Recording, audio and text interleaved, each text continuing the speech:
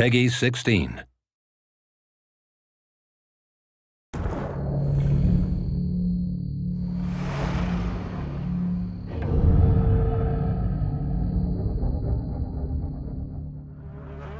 got this box, and inside the box were these 11 by 14 pictures, and then it said Need for Speed.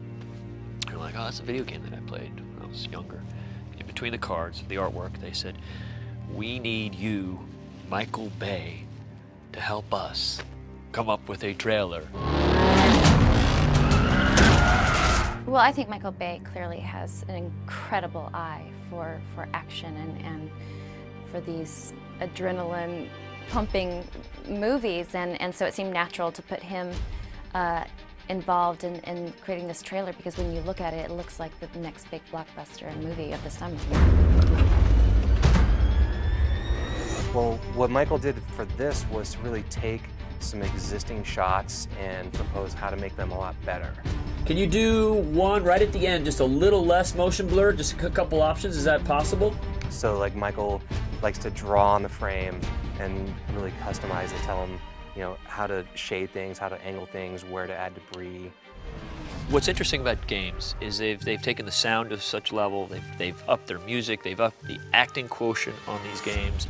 And they actually had a pretty impressive collection of what they did for the game.